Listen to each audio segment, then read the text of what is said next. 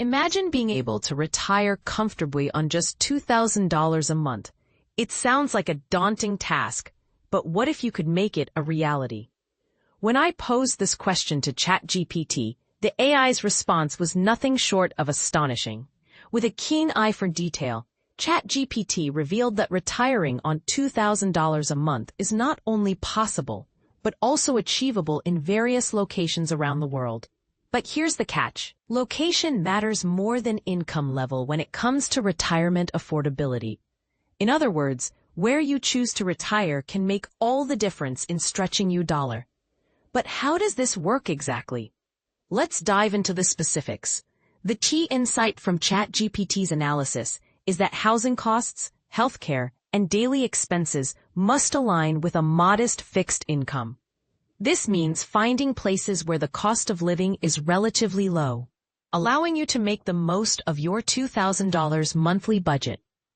ChatGPT's recommendations were surprisingly detailed, highlighting international destinations and U.S. states where retirees can live comfortably on $2,000 a month.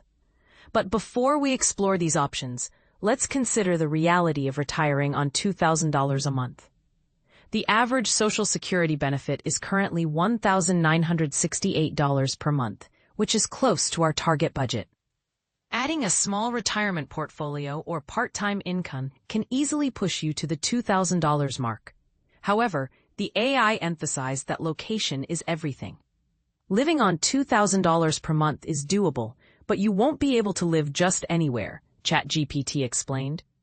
The key is finding places where housing costs stay under $700 monthly, roughly 35% of your budget.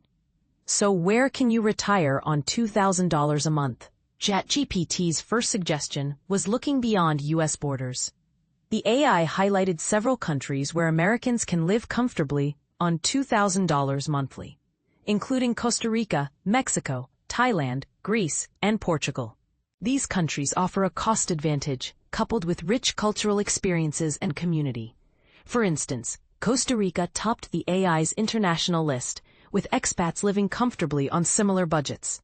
One example is Karen Lynn Mountain, who lives in Costa Rica's Central Valley on about $2,000 monthly, with $550 for rent, $110 for healthcare, and $500 for food and entertainment.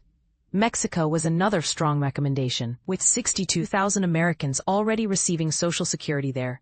The AI noted that while you need $4,185 monthly income to qualify for residency, actual living expenses can be much lower.